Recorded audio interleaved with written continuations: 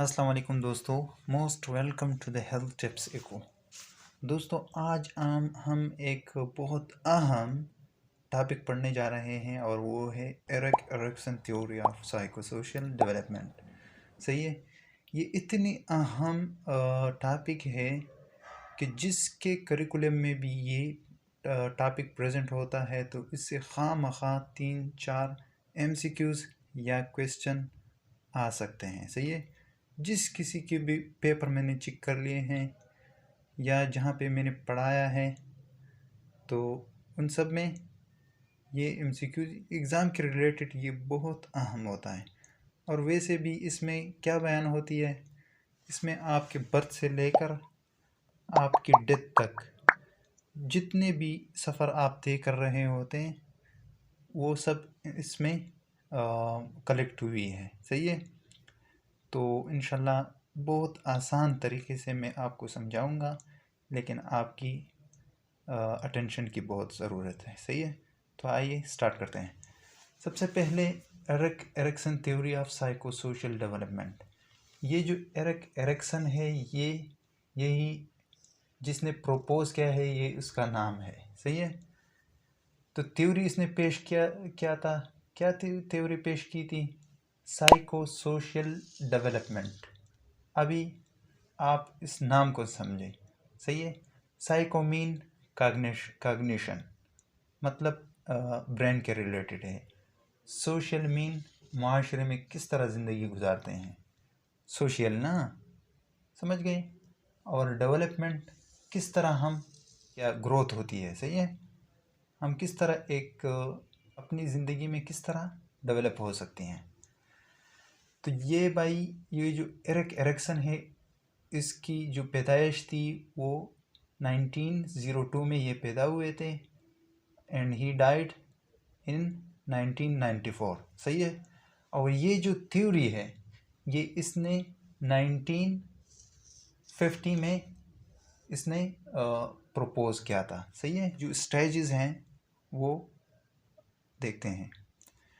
First stage है trust वियस mistrust. सही है। तो ट्रस्ट का क्या मतलब है? ट्रस्ट का मतलब है एतबार, भरोसा या एतमाद, और मिसट्रस्ट इसकी एंटोनिम है। सही है। इसके मुखालिफ है। तो इसमें जो बच्चा ट्रस्ट डेवलप होती है, जिस बच्चे में ट्रस्ट डेवलप होती है तो वो फिर आगे बढ़कर जो है ना वो सब पे ट्रस्ट करते हैं, और जिसकी मिसट्रस्ट डेवलप होती है तो वो फिर मिसट्रस्ट उसमें डेवलप होती है। सही है।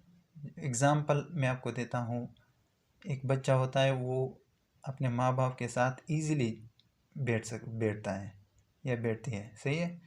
लेकिन जो स्ट्रेंजर्स होते हैं उसके साथ नहीं बैठता। सही है। क्योंकि यहाँ पे इसमें मिसट्रस्ट पैदा हुई है।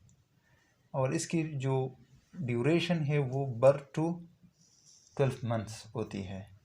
अभी ये बर्थ टू 12 मंथ्स ये कौन सा एज है? इसको हम डायरेक्टली आप कह सकते हैं इन्फेंसी, या आप लिख लें इनफेंसी। इसको हम इन्फेंसी स्टेज कहते हैं या इन्फेंट कहते हैं शॉर्टली। सही है। दूसरा जो स्टेज है वो है autonomy versus shame and doubt. Autonomy का मतलब है इख्तियार, आज़ादी। जब बच्चों में ऑटोनॉमी पैदा हो जाए, मतलब वो इस स्टेज के जो बच्चे होते हैं उसमें ऑटोनॉमी होती है, वो खुद काम करते हैं।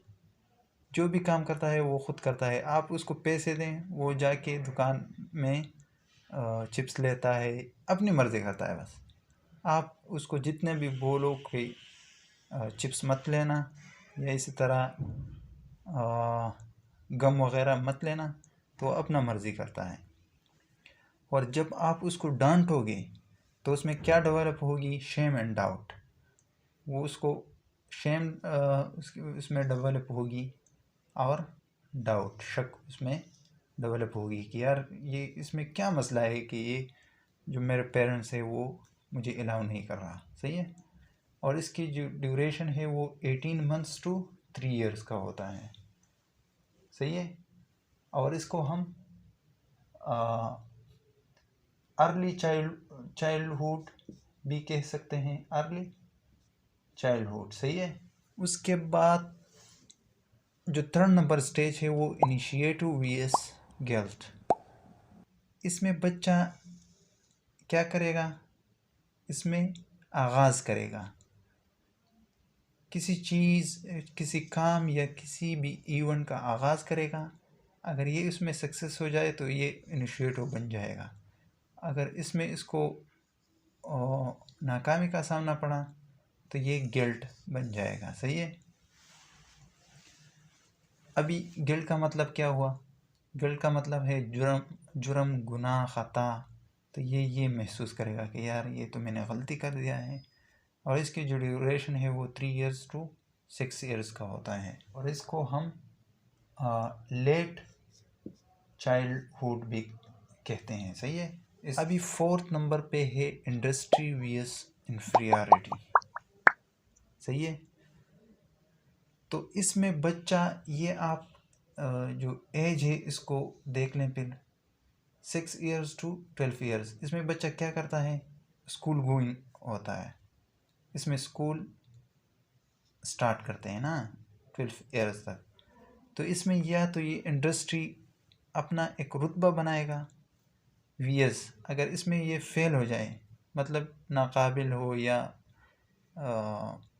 इंटेलिजेंट ना हो या कोई सोशल एक्टिविटीज़ में हिस्सा ना लेता हो, तो फिर इसमें क्या डेवलप होगी, इन्फीरियरिटी। इन्फीरियरिटी का मतलब कम रुतबा, कम रुतबे वाला बनेगा। यानी इसको अपने आप थोड़ा इन्फीरियर महसूस होगा, कम रुतबे वाला बच्चा महसूस होगा बनिस्बत दूसरों के। सही है। और इस एज को हम स्कूल गोइंग स्टेज भी कहते हैं। सही है। अच्छा, इसके बाद है आइडेंटिटी वीएस रोल कन्फ्यूजन। इस स्टेज में या तो बच्चा अपना एक शनाख्त बनाएगा, आइडेंटिटी बनाएगा, या अगर इसमें ये फेल हो जाए, जिस तरह मैंने पहले बताया कि अगर कोई बच्चा काबिल हो या नाकाबिल हो, तो वो एक इस स्टेज में अपना एक आइडेंटिटी बनाएगा। और उस आइडेंटिटी बनाने पर डिफरेंट बच्चा कंसिडर किया जाएगा। सही है। मतलब उसने अपना एक आइडेंटिटी बनाया, अगर इसमें फेल हो जाए तो फिर रूल कन्फ्यूजन उसमें डेवलप होगी। फिर उसको ये पता नहीं चलेगा कि यार मैं क्या करूं अभी। उसको कन्फ्यूजन क्रिएट होना शुरू हो जाएगा। सही है। और इसकी जो ड्यूरेशन है वो 12 इयर्स टू 18 इयर्स का होता है। और इस स्टेज को हम एडोलेसेंस भी कहते हैं। सही है। इंटीमेसी वीएस आइसोलेशन, ये स्टेज है 18 इयर्स टू 40 इयर्स तक। सही है। अभी जो हमारा जो स्टेज है वो यही है। आप जो जितने भी स्टूडेंट्स है उसका मैक्सिमम या मिनिमम जो एज होगा वो 18 इयर्स टू 25 इयर्स 30 इयर्स तक होगा। सही है। तो हम इस स्टेज में आते हैं। इंटीमेसी का मतलब मोहब्बत।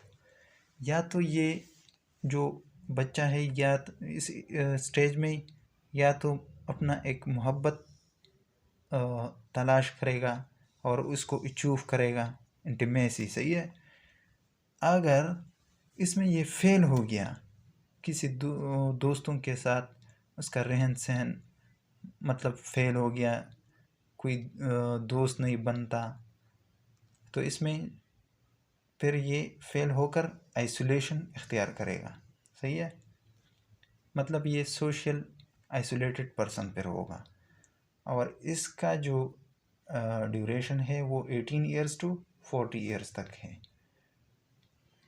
सही है। तो इसको हम यंग एडल्टहुड भी कहते हैं, यंग एडल्टहुड। अच्छा, इसके बाद है 7 नंबर स्टेज पे जनरेटिविटी वीएस स्टिग्नेशन। इस स्टेज में बंदा कितने साल का होता है? 40 ईयर्स टू 60 ईयर्स।